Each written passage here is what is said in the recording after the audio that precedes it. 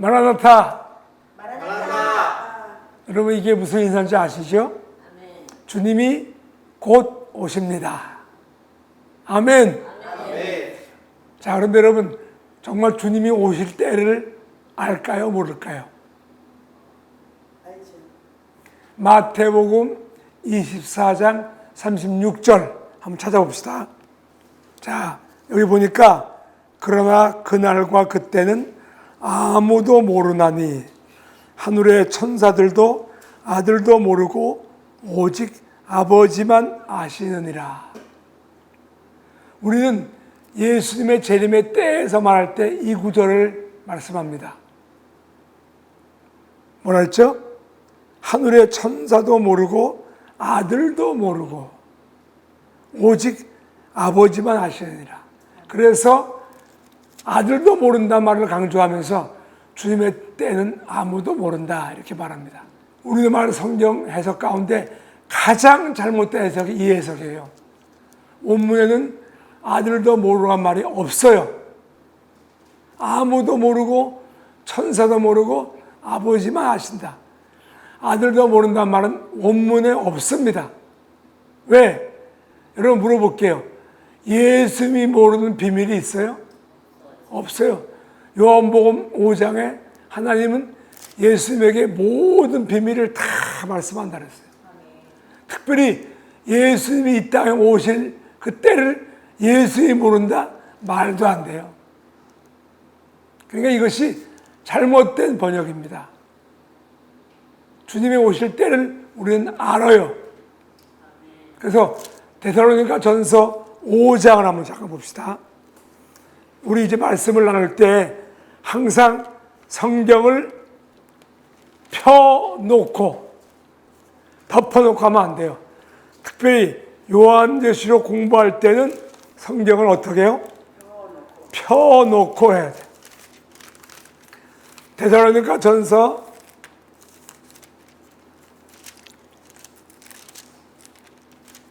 5장 1절부터 한번 읽어보죠. 형제들아 때와 시기에 걸렸던 가나야는 너희가 쓸 것이 없으면 주의 날이 너희 모두같이 제주를 너희 자신이 자세히 알리라. 자, 여기 나오죠. 그 때에 대해서 쓸 필요가 없다. 필요 없다는 말은 뭐죠? 이미 때에 대해서 다 가르쳐 줬기 때문에 새롭게 쓸 필요가 없다는 거예요. 이거는 그 때를 알 필요 없다는 뜻이 아니고 이미 자세히 말했기 때문에 더 이상 말할 필요가 없다는 뜻이에요. 주님의 재림의 때는 이미 성경에 자세히 말했습니다. 어디서?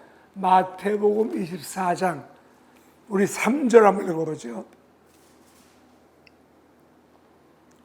예수께서 감난산 위에 앉으셨을 때 제자들이 조용히 와서 가로되 우리에게 이르소서 어느 때 이런 일이 있겠사오며 또 주의 임하심과 세상 끝에는 무슨 징조가 있사오리까. 자, 이게 예수님의 제자들이 예수님께 한 마지막 질문이에요.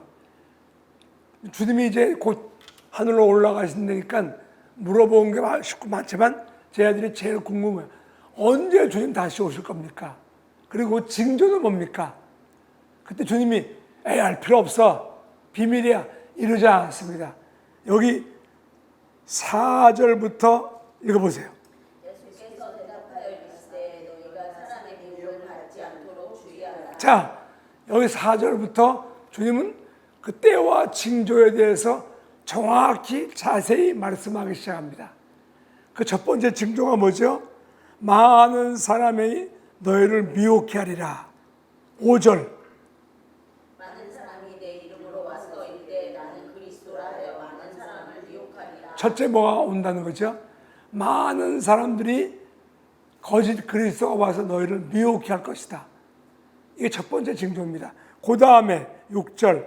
난리와 난리 소문을 듣겠으나 너희는 삼가 두려워하지 말라. 이런 일이 있어야 하되 아직 끝은 아니니라. 또 민족이 민족을 나라가 나라를 대적하여 일어나겠고 곳곳에 기근과 지진이 있으리니 그 다음에 이 모든 것은 재난의 시작이라. 자, 주님은 너무 정확하게 주님의 때에 대해서 징조에 대해서 정확히 말씀하고 있어요. 뭐랬죠? 난리와 난리의 소문, 또 민족의 민족을 나라가 나라를 대적하는 전쟁, 처처의 기근과 지진, 이걸 뭐라 그랬죠? 재난의 시작이니라. 첫 번째 뭐가 온다죠? 재난이 올 것이다. 이 재난은 물리적인 상황입니다. 전쟁, 기근, 지진, 재난이 올 것이다. 그러면서 그 다음에 9절. 그때 사람들이 너희를 환난에 넘겨주겠으며 너희를 죽이니 너희가 내 이름 때문에 모든 민족에게 미움을 받으리라. 자, 그 다음에 두 번째로 오는 것이 환난이에요. 재난은 물리적인 현상이고, 그 다음에 환난은 너희를 환난으로 넘겨주겠다. 그래서 너희들이 앞으로 고난당하고 핍박당하고 어려움을 당할 것이다. 이건 뭐죠? 영적인 문제예요. 영적인 것이 올 거다. 그러니까 재난과 환난의 차이는 뭐죠? 재난은 물리적인 현상이고 환난은 영적인 현상입니다. 그러니까 첫째 오는 것은 재난, 그 다음에 오는 게 환난, 그리고 21절. 이는 그때 큰 환난이 있겠습니다. 창세로부터 지금까지 이런 환난이 없었고 후에도 없으리라. 그리고 세 번째로 오는 것이 대환난이에요. 세상에 생긴 이후로 가장 무서운 환난. 주님은 정확하게 주님의 재림의 때에 대해서 정확히 말합니다. 첫째는 재난이 올 것이고, 그 다음에 환난이 오고, 그 다음에 대환난이 온다. 그리고 29절. 그 환난 후에 즉시 해가 어두워지며 달이 빛을 내지 아니하며 별들이 하늘에서 떨어지며 하늘의 권능들이 흔들리리라. 또 그때 인자의 징조가 하늘에서 보이겠고 그때 땅의 모든 족속들이 통곡하며 그들이 인자가 구름을 타고 능력과 큰 영광으로 오는 것을 보리라. 여기 나오죠. 주님 이제 구름 타고 오시는 거예요. 네. 지금 계시록의 주제는 때인데, 이 때가 어느 때를 말하죠? 주님의 공중 재림. 중요합니다. 공중, 더 정확하게 강림. 재림이 한 번이에요, 두 번이에요? 재림이 한 번인데 단계가 두 단계예요. 하나는 공중 강림, 두 번째가 지상 재림. 이게 구별되어 있어요. 근데 지금 우리가 중요한 건 뭐냐? 주님의 공중 강림이야. 왜? 나와 여러분이 기다리는 때는 주님이 공중에 오실 때를 기다리고 있는 거예요. 지상에 오를 때를 기다리는 게 아닙니다. 공중 강림. 이 때가 중요한 거예요. 왜? 주님이 공중에 강림하실 때 우리가 휴거가 됩니다. 이 때를 기다리는 거예요.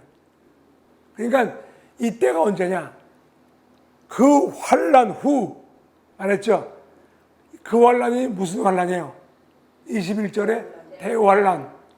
대환난 후란 말은 대환난이 끝난 다음에 이런 일이 벌어진다는 거예요. 주님의 공중 강림이 벌어진다. 그러니까 여러분, 여기서 주님은 아주 정확하게 말씀했어요. 주님의 공중 강림은 첫째로 재난이 있고, 그 다음에 환난이 있고, 그리고 대환난이 있고, 그리고 무슨 일이 벌어져? 해가 어두워지고 달이 빛을 내지 않고 별들이 하늘의 땅에서 떨어지는 이런 공중 큰 격동이 벌어진 다음에 주님이 구름 타고 오신다는 거예요. 여기서 우리는 몇 가지 정확한 게 있죠. 첫째로 주님의 공중 재림은 대환란이 지나야 오신다는 거예요. 정확합니다. 이걸 여러분 분명히 알아야 돼요. 그래서 우리는 요한계시록을 알려면 마태복음 24장을 알아야 돼요. 그러니까 요한계시록을 알기 전에 계시록의 그 전처적으로 주님이 말씀한 게 24장의 마태복음 24장. 이게 먼저 알아야 될 지식이에요. 언제 또 주님의 징조가 뭡니까 할 때 주님은 정확하게 재난이 있고 환란이 있고 대환란이 있고 대환란이 끝나야 주님이 공중에 재림하실 거다. 이 지식을 가지고 계시록을 들어가야 돼요. 자, 그러면 주님의 공중 재림은 첫째 중요한 거는, 가장 중요한 건 뭐죠? 대환란 후라는 거. 이거는 절대 잊으면 안 됩니다. 그 다음에 주님의 재림은 아무도 모르는 게 아니에요. 가르쳐 주셨어. 재난이 있고 환란이 있고 대환란이 끝나야 오신다. 이 분명한 주님 말씀이에요. 그러니까 누가 뭐라 그래도 예수님이 하신 말씀을 근거로 계시록을 풀어가야 됩니다. 자, 이 지식 가지고 요한계시록 1장 1절부터 한번 오늘 말씀을 읽어보십시다. 1장 1절. 예수 그리스도의 계시라. 이는 하나님이 그에게 주사 반드시 속히 일어날 일들을 그 종들에게 보이시려고 그의 천사를 그 종 요한에게 보내어 알게 하신 것이다. 자, 이 요한계시록은 많은 분들이 늘 말하지만 요한계시록은 풀 수 없는 거야. 이건 비밀이야. 어려운 거야. 이런 선입관을 가지고 말합니다. 이건 성경적이 아니에요. 왜냐하면 요한계시록의 첫 단어가 뭐로 시작하죠? 예수로 시작하지만 이건 우리나라 말 성경이고 원어는 예수가 아니에요. 아포칼리시스. 영어로 리벨레이션. 계시. 계시가 첫 단어입니다. 요한계시록의 첫 단어가 계시야, 계시. 여러분, 계시란 말이 뭐죠? 리베일레이션. 베일에 쌓여 있는 것을 리베일한다는 거야. 베일이 뭐예요? 감춰져 있다. 감춰진 것을 리베일, 벗겨준다. 이게 계시록의 첫 단어입니다. 뭐에 대한 비밀이요? 예수님에 대한 감춘 비밀이 열리는 게 계시록이에요. 근데 무슨 비밀? 예수님에 대한 비밀을 열어주신다. 이게 계시록의 시작입니다. 그렇다면 예수님이 뭐에 대한 비밀일까? 자, 여러분, 신구약 전체는 한마디로 누구에 대한 말씀이죠? 예수 그리스도. 구약은 오실 예수님. 말씀이 육신이 되어 이 땅에 오실 예수님. 이게 구약이요. 그 다음에 사복음서는 뭐죠? 말씀이 육신이 되어 이 땅에 오신 예수님. 그 다음에 사도행전부터 계시록까지는 그렇죠. 다시 오실 예수님. 주제는 예수님이에요. 근데 요한계시록은 주제가 뭘까? 계시록 1장 7절. 볼지어다 그가 구름을 타고 오시리라. 각 사람의 눈이 그를 보겠고 그를 치는 자들도 볼 것이요 땅에 있는 모든 족속이 그로 말미암아 애곡하리니 그러하리라. 아멘.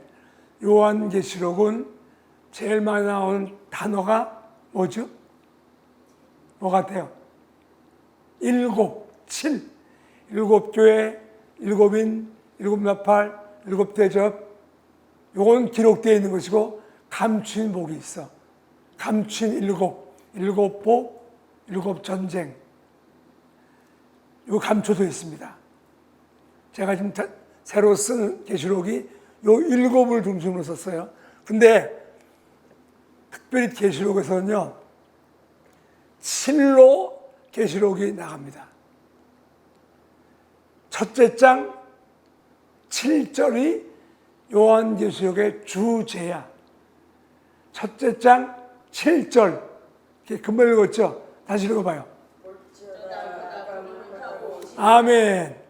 요한계시록의 실제 주제는 구름 타고 오시는 예수 그리스도. 뭘 타고 오셔? 볼지어다 구름을 타고 오시리라. 왜 이걸 강조했을까? 계시록 19장에는 백마 타고 오신 예수님이 계셔요. 자, 그러면 1장 또는 6장에는 주님이 구름 타고 오십니다. 1장. 마태복음 24장도. 그런데 계시록 19장에는 뭘 타고 오신다고? 백말 타고 오세요.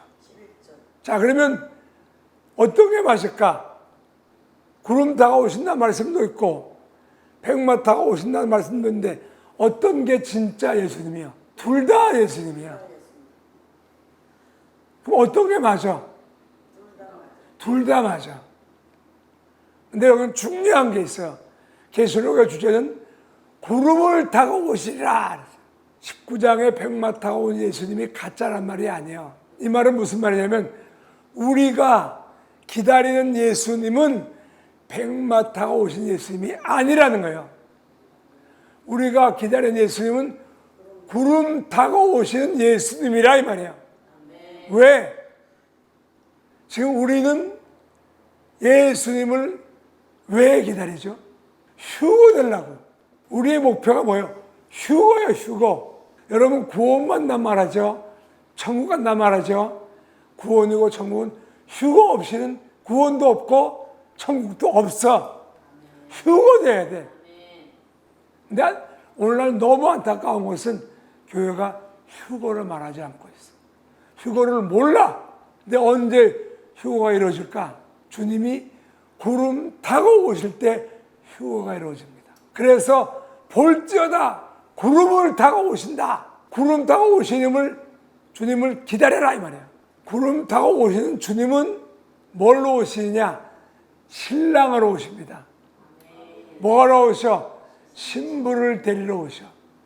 그러면 19장에 백마 타고 오시는 주님은 뭘로 오실까? 심판주로 오십니다. 뭐하러 오셔? 심판하러 오셔. 싸우러 오셔.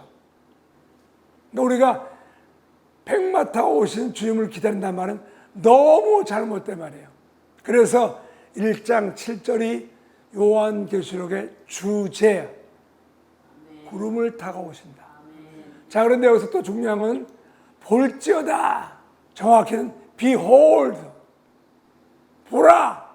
누구를? 구름 타고 오시는 그분을 보라 이 말이에요. Every eye shall see him. 구름 타고 오시는 그분을 보라. 너희 모든 눈이 그분을 보겠고 볼 것이오가 아니에요. 영어로 will see가 아니고 shall see란 말이에요. 이 무슨 차이인 줄 압니까? will see는 내가 보고 싶으면 보고 안 보고 싶으면 안 보는 의지야. 그러나 구름 타고 오시는 주님은 내 의지를 보는 게 아니야. 봐야만 돼. 볼 터요. 보게 되겠고. 그래서 마태복음 24장에는 구름 타고 오신 주님을 땅에 있는 모든 사람들이 보고 뭐하죠? 통곡해. 야, 큰일 났다. 이제 어린 양의 심판을 받을 텐데 큰일 났다 하고 사나파야 나를 가리라 하고 구름 타고 오신 주님을 보고 통곡합니다. 그래서 여기 그를 볼 터요. 많은 분들이 계시록 강의하면서 주님이 오시는 걸 모른다. 갑자기 사람들이 없어졌어. 이상하다. 무슨 일이야? 아, 휴거가 됐나 보다. 이런 말을 하시는 분이 계신데 이건 성경적이 아닙니다, 여러분. 주님이 구름 타고 오시는 것은 세상 모든 사람이 다 봐요. 봐야만 됩니다. 근데 나와 여러분은 땅에서 보면 안 돼. 그때 어디 있어야 돼? 이미 들림받아 올라가야 돼. 이게 중요합니다. 땅에 있으면 안 돼. 주님이 공중에 구름 타고 오실 때 그때 우리는 공중에 올라가야 됩니다. 이게 최고의 축복이에요. 그래서 예수 믿는 사람들이 정말로 기대하고 기대하는 것은 바로 이 날이에요. 제가 성공학교를 하고 있는데 여러분도 성공해야 돼, 안 해야 돼? 어떤 성공이에요? 돈 많이 벌고 건강하고 유명해지고 물론 그 성공도 해야 돼. 근데 믿는 사람들의 최고의 성공이 뭘까? 비록 이 땅에서 우리가 유명하고 부자가 못 되고 부자도 못 되고 건강도 못하고 이러한 복을 못 받을지 몰라도 한 가지 복은 받아야 돼요. 뭐예요? 주님이 공중에 구름 타고 오실 때 휴거되는 성공. 이것 때문에 계시록을 공부하는 겁니다. 그래서 요한계시록 1장 7절, 1장의 7절이 첫째 복이에요. 그 다음에 요한계시록은 7의 배수로 나갑니다. 1장 7절에서 주제가 나오고 그 다음에 7장, 자 우리 7장 넘어가 봅시다. 7장 9절, 자 여기 9절에 보니까 각 나라와 족속과 백성과 방언에서 수많은 무리가 종려가지를 들고 어디 와 있어? 보좌 앞과 어린 양 앞에 올라와 있어요.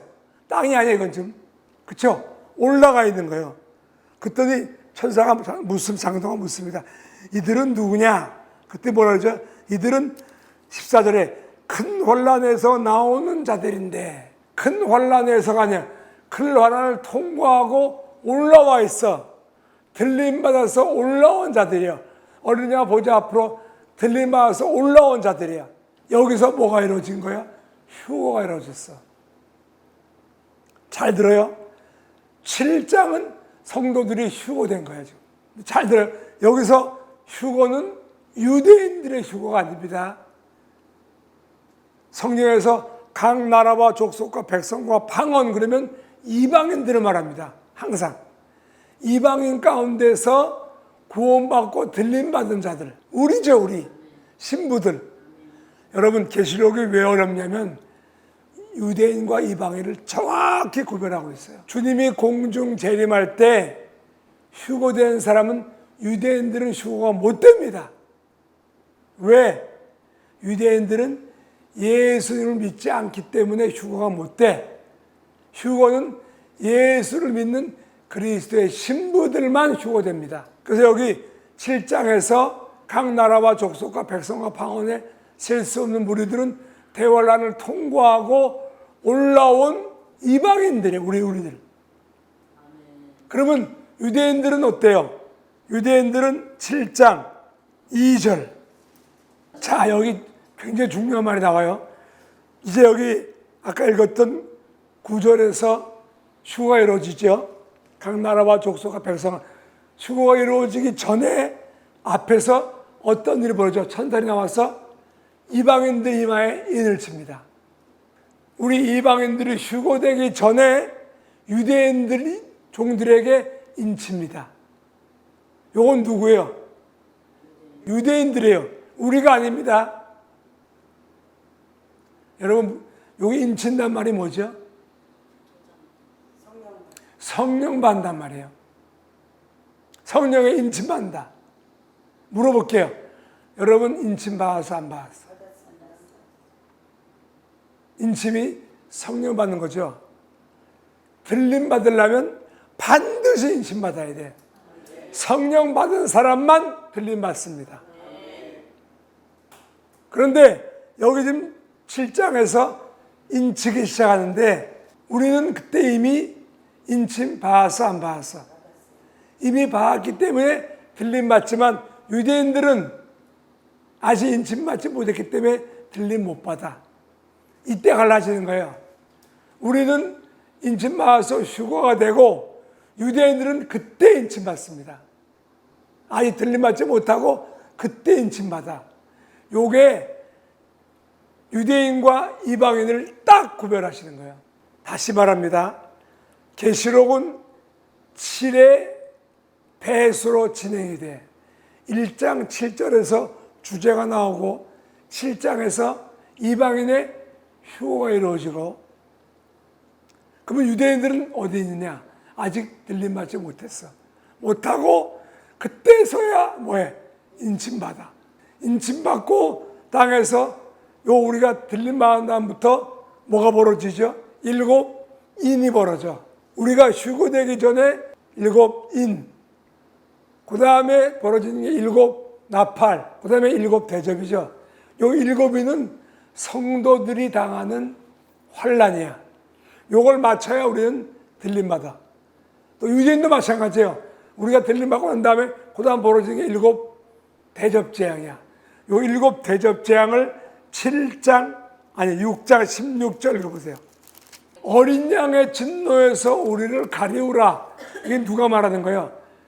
들림받지 못하고 땅에 있는 자들이 어린 양의 진노에서 우리를 가리우라. 왜? 이제 뭐가 온다는 거예요? 어린 양의 진노가 온다는 거예요. 그럼 이 어린 양의 진노가 뭐냐? 어린 양이 누구죠? 예수를 믿지 않았던 자들이 받는 진노가 어린 양의 진노입니다. 그러니까 유대인들은 어린 양 예수를 믿지 않았기 때문에 휴거가 못 돼. 그래서 휴거된 다음에 그들이 받는 것이 어린 양의 진노. 이게 7 나팔 재앙이야. 이것이 8장부터 벌어진 7 나팔 재앙입니다. 자, 그래서 7 나팔 재앙 끝나고 난 다음에 그 다음에 14장, 14절. 요 14장은 7의 배수지요. 7 배수가 14. 14장 14절. 또 내가 보니 구름이 있고 구름 위에 인자가 같으니가 앉으셨는데 그 머리에는 금별만 있고 그 손에는 예리한 낫을 가져더라. 또 천사가 성전으로부터 나와 구름 위에 앉은 이를 향하여 큰 소리로 외쳐 이르되 당신의 낫을 이끌어 버리소서. 땅의 곡식이 이가 거둘 때가 이르렀음이니이다. 구름 위에 앉으시니가 낫을 땅에 휘두르며 땅의 곡식이 거두었으니라. 자, 이 말을 가지고 많은 분들이 착각을 해. 우리 휴거가 구원이 한 번 있고 여기 또 있다. 왜? 실제가 이루어지고 여기 또 추수하잖아. 이게 성경을 너무 모르는 거예요. 자, 여기 뭐가 추수가 되죠? 땅의 곡식이 추수가 된다 그랬어. 누가 하는 거죠? 예수님이 거두시는 거예요. 자, 그러면 우리 그리스도의 신부들은 어떻게 구원돼? 주님이 공중 내림할 때 우리는 들림받아 올라가. 천사들이 모아서 올라가. 근데 땅의 곡식 추수는 14장은 누가 해? 예수님이 직접 하셔. 그 다음에 여기는 뭐라 했죠? 땅의 곡식이 추수가 된다 그랬어. 이걸 여러분 잘 이해하셔야 돼요. 우리 그리스도의 신부들은 추수되지 않습니다. 뭐가 돼? 휴거가 돼. 우리는 추수하고 상관없어. 많은 분들이 앞으로 대추수가 될 것이다. 우리하고 상관없어. 우리는 휴거가 되는 거예요. 그런데 휴거된 다음에 14장에 또 뭐가 일어났어? 땅의 곡식 추수가 있어. 왜 땅의 곡식이란 말이 나올까? 우리는 어디 있어? 이때 이미 휴거돼가지고 공중 하늘에 있다고. 공중으로 들림받아서 하늘에 올라갔다고. 땅에 있는 사람들은 누굴까? 유대인들, 아직 구원받지 못한 유대인들이 있다고요. 주님이 유대인들을 버렸어? 아니요, 안 버린다 그랬어. 반드시 구원하신다 그랬어. 언제 하시느냐? 7 나팔 재앙, 어린 양의 진노가 끝난 다음에, 그 다음에 유대인들을 구원하신데 언제 하셔? 14장에 주님이 추수하셔. 성경은 얼마나 정확한지 모릅니다. 유대인들을 구원하지만 그들은 구원받기 전에 먼저 뭘 통과해야 돼? 어린 양의 진노, 예수를 믿지 않았던 그 형벌을 받는 게 어린 양의 진노. 7 나팔 재앙은 3분의 1 재앙입니다. 왜 3분의 1은 남겨뒀느냐? 아직도 유대인들이 구원받아야 되기 때문에 주님의 자비와 긍휼이 남아있는 거예요. 그래서 우리는 구별할 줄 알아야 돼요. 7, 이는 성도들이 받는 환난, 진노가 아니에요.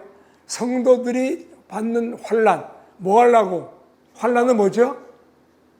우리를 연단시켜서 정금 만드는 축복. 이걸 통과해야 돼. 이걸 통과한 욥이 뭐라고 고백했어? 나의 가는 길을 오직 그가 아시나니. 그가 나를 뭐 한 다음에? 단련하신 후에 나를 정금 만드신다. 그러니까 요 환란은 뭘 만드는 거예요? 우리를 정금, 신부 만드는 과정이에요. 요걸 통과해야 뭐가 돼? 신부가 되는 거예요. 환란은 반드시 통과해야 돼. 요게 7인입니다. 근데 유대인들은 요걸 안 했어. 그래서 주님은 통과시키는 게 어디냐? 7 나팔. 이제 아시겠죠? 어린 양의 진노를 통해서 이 과정을 통과하고 추수가 되는 거예요. 성경은 얼마나 정확한지 모릅니다. 그래서 두 번째 7장에서 땅의 곡식이 추수가 됩니다. 그러면 이제 구원받아야 될 사람들은 다 구원을 됐어. 그러면 이제 땅에 누가 남아있어? 구원받지 못할 사람들만 남아있죠. 그러면 이제 남은 게 뭐예요? 심판이야. 그게 계시록 16장 1절. 또 내가 너희들 성전에서 성전을 나서 7 천사에게 말하되 너희는 가서 하나님의 진노의 7 대접을 땅에 쏟으라 하더라. 자, 이제 남은 것의 7 뭐죠? 대접. 이거는 심판이야. 15장 1절 다시 읽어봐요. 15장 1절. 또 하늘의 크고 이상한 다른 이적을 보매 7 천사가 7 재앙을 가졌으니 곧 마지막 재앙이라 하나님의 진노가 이것으로 마치리로다. 하나님은 정확하신 분이에요. 천국과 지옥으로 갈 것이만 그 지옥 보내기 전에 먼저 하나님을 믿지 않은 자들 이 땅에서 먼저 심판하십니다. 그게 뭐야? 7 대접 재앙으로 심판하셔. 이건 하나님의 진노요. 하나님을 믿지 않는 자들이 받을 심판이야. 진노야. 7 나팔은 어린 양 예수를 믿지 않은 자들이 받을 진노. 유대인들이죠. 그러나 요 7 대접 재앙은 하나님을 믿지 않은 자들이 받을 심판. 계시록은 너무너무 정확합니다. 이게 구별되어 있어. 7인, 7 나팔, 7 대접. 7인은 다시 말합니다. 누구를 위해 있어? 성도들을 위해서 있는 환란은 뭐죠? 축복, 정금 만드는, 신부 만드는 과정. 또 7 나팔은 유대인들을 어린 양의 진노를 통해서 그들도 잘 만들어. 또 추수할 수 있는 알곡 만들어서 14장에서 또 데려가셔. 나머지는 하나님의 심판으로 진노로 쏟아버립니다. 얼마나 하나님이 하신 일이 정확한지 몰라. 21장 봅시다. 읽어보세요. 내가 하늘과 새 땅을 보니 처음 하늘과 처음 땅이 없어졌고 바다도 다시 있지 않더라. 또 내가 보내 거룩한 성새 예루살렘이 하나님으로부터 하늘에서 내려오니 그 준비한 것이 신부가 남다른 후에 단장하더라. 자, 보세요. 1장에서 뭘 말했죠? 주제 말했죠? 볼죄다 구름다고 오신다. 그리고 7장에서 뭐가 이루어져? 우리 이방인의 휴고. 7의 배수 14장에서 유대인들의 추수. 그 다음에 3배수 21장에서 하늘에서 새 예루살렘이 천국이 내려옵니다. 정확하게 7의 배수로 탁 이루어지죠. 이게 비밀이에요. 비밀. 그러니까 계시록은 7로 다 이루어져 있어요. 7의 배수로 계시록의 주제가 나오고 또 휴거가 나오고 이방 유대인들의 주수가 나오고 그 다음에 새하늘과 새 땅이 나오고 그 다음에 7인, 7 나팔, 7 대접 이렇게 착착착 이루어지죠. 이제 앞으로 우리 공부하겠지만 이것들을 공부하면서 진짜 본론 제가 앞으로 만들려고 하는 요한계시록 영화 7 나팔, 7 대접은 다 나와 있지만 진짜 비밀은 감춰져 있어. 그게 뭐냐? 7 복. 계시록은 7 복이 있는데 감춰져 있어. 또 계시록의 본론이 뭔지 압니까? 전쟁이야, 전쟁. 7 전쟁이 있어. 제가 영화를 만들어놨는데 그 영화의 제목이 뭐냐? The Last 7 Wars. 마지막 7 전쟁. 전쟁 이야기입니다. 다니엘서가 요한계시록의 구약의 계시록에 하면 그 다니엘이 주제가 뭐예요? 전쟁입니다. 하나님이 느부갓네살에게 보여줬던 신상, 정금, 은팔, 배, 발, 이것이 인류의 역사였잖아. 그 보여준 대로 역사가 쫙 이루어졌어. 그게 다니엘서입니다. 그것처럼 계시록이 뭐냐? 앞으로 인류의 역사, 전쟁의 역사가 이렇게 이루어진다는 거예요. 난 계시록을 공부하면서 깜짝 놀란 게 앞으로 인류의 역사가 어떻게 이루어질 건가? 전쟁을 이루어져, 전쟁으로. 바벨론이 어떻게 망했습니까? 뭐하고 싸우다가 망했어? 메데파사하고 전쟁하다 망했어. 메데파사가 어떻게 멸망했어? 헬라하고 싸우다 망했어. 헬라는 로마하고 전쟁하다 망했어. 이것처럼 앞으로 인류 역사는 요 역사대로 다 이루어집니다. 여러분, 지금 세계를 움직이는 나라들이 뭐예요? 러시아, 미국, 중국, 그리고 유럽연합.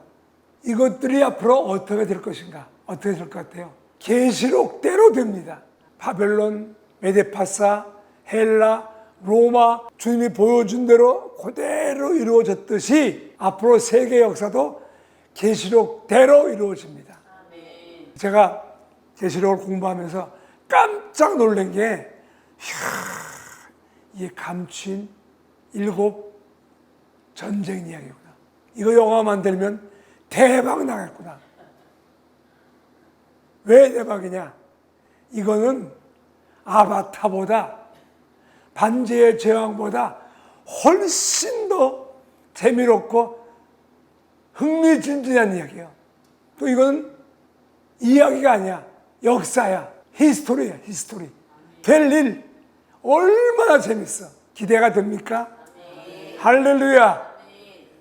그래서 여러분, 계시록을 공부하면서 앞으로 감추인 오픈된 7인 나팔 대접도 하겠지만, 요 감추어진 7 복, 7 전쟁, 그리고 7 교회, 요것도 풀어나갈 겁니다. 제가 요한계시록 책들을 많이 읽어봤지만 요 감추인 복, 감추인 전쟁에 대해서 쓴 책을 본 적이 없어. 또 어쩌면 교회도 7 교회가 나오지만 왜 7 교회를 했는가에 대해서 말한 분들이 별로 없는 것 같아. 이것도 놀라운 비밀입니다. 왜 7 교회를 썼느냐? 저는 이 계시록을 쓰려고 7 교회를 실제로 가봤어요. 가봤는데 깨달은 건 사실은 7 교회만 있었던 게 아니야. 더 많은 교회가 있었습니다. 근데 왜 7 교회를 썼느냐? 상징적인 의미야. 7은 완전수입니다. 그런데 앞으로 풀어나가겠지만 7 교회는 완전수. 전 세대의 전 교회를 대표하는 겁니다. 7 교회를 공부하면서 이런 교회들이 있는데 칭찬도 있고 책망도 있지만 주님이 7 교회를 쓴 목적은 뭐냐? 빌라델피아 교회와 같은 교회가 되라. 그래 쓴 거예요. 이 목적입니다. 자, 여러분, 오늘은 테이프를 끊었습니다. 맛배기예요. 이제부터 진짜 계시록이 열립니다. 기대하십시오. 기도하면서 기대하고 하면 기적이 일어납니다. 할렐루야. 기도하겠습니다. 아버지, 감사합니다. 이 주님의 재림에 대한 비밀을 열어주시니 감사합니다.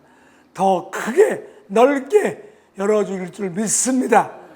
사모한 자들에게 하나님의 놀라운 비밀을 보여주옵소서. 예수 그리스도의 이름으로 기도하옵나이다. 아멘.